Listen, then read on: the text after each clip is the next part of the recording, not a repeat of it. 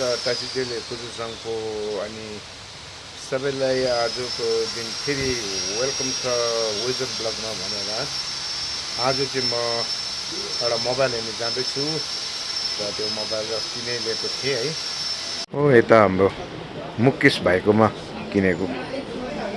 मुकेश भाइकोमा चाहिँ दामी पाउँछ देउराली राठीको त्यहाँ सामान चिप पनि पाउँछ ओरिजिनल पनि पाउँछ दामी पाउँछ है।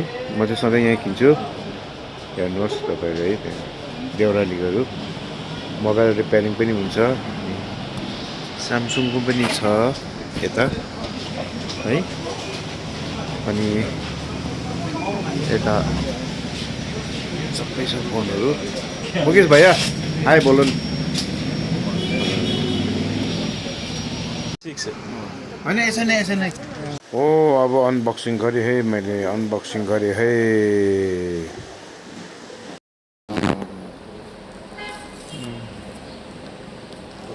वाओ अब पर्पल खोले पर्पल वाओ अब चाहिँ आउँछ है ब्लगमा दामी दामी आइफोन 14 हो अब चाहिँ आउँछ। ओ यो दुइटा कभर चाहिँ कुन चाहिँ राम्रो हुन्छ होला है। यो पनि रहेछ अनि अर्को पनि रहेछ है। ओ यो दुइटै लानु पर्यो यो दुइटै ओ अब आइफोन लिए आजदेखि ब्लग यसमा बनिन्छ है प्रो म्याक्स लिए है। अनि यहाँ तिर्दा तिर्दा भइसक्यो चार्जरको अगाडिको स्क्रिनको लेन्सको कभरको भित्रको पेस्टिङ केही पनि नदिँदो रहेछ नि आम्मामा र पनि क्या अब बर्बाद है त्यो। 1,50,000 ओ यो 149 पर्यो।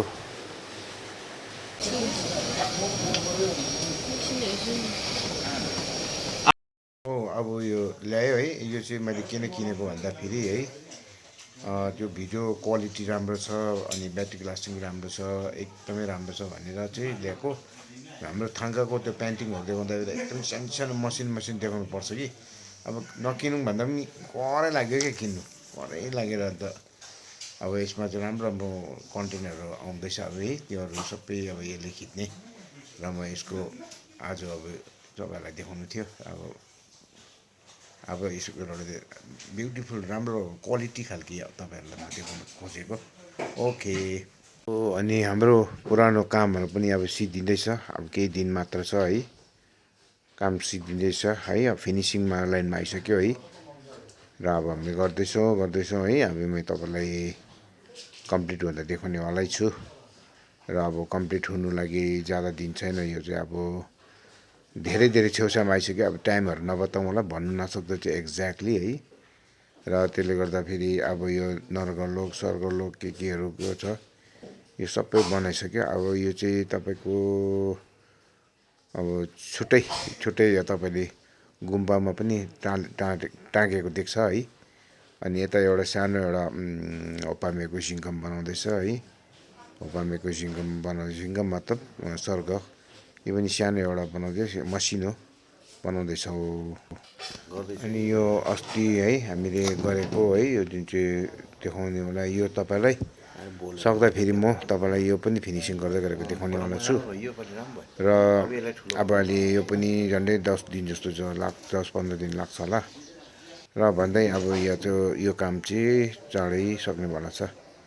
र यो सकेपछि चाहिँ म तपाईँलाई यसको डिटेल अलिकति बताउने कोसिस गर्छु है। यसको यो कहाँबाट भएको कताबाट भएको कसरी भएको यो कुन टाइममा देखाएको यो कसले गर्दा भएको यो किन यस्तो हो यो के यो हेर्नाले के हुन्छ यो यसको मिनिङ के हो यसको डिटेलहरू है। अन्त विल अफ लाइफ पनि भन्छ है। अनि 6वटा नर्ग भन्छ त्यो नर्गमा हामी कता पर्यो अनि किन अब कसो गर्दा कहाँ जन्मिन्छ म यसको डिटेल तपाईँलाई बताउने कोसिस गर्छु। ओके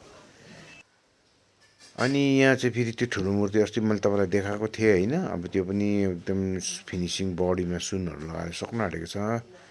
यसको पनि काम हुँदैछ। यो चाहिँ अब हाम्रो अर्को शाखा दवा अर्को महिना चाहिँ अब हामी कम्प्लिट गरेर दिनुपर्ने हुन्छ है। अनि त्यो काम गर्दैछ केटाहरूले है, अनि सक्नु आँटेको छौँ र पनि अब 8-9 दिन लाग्छ होला, 10 दिनै भनिौँ न है। अनि एकुरेट त हुँदैन हाम्रो टाइम, त्यतिमा चाहिँ सक्नुपर्ने। र यो पनि अब निकै सक्दैछ यता केटाहरूले, स्टुडेन्ट छोरा अब है, हाम्रो छोराहरू स्टुडेन्टहरू थुप्रै छ, आफ्नो आफ्नो काम आफैले गर्छ है।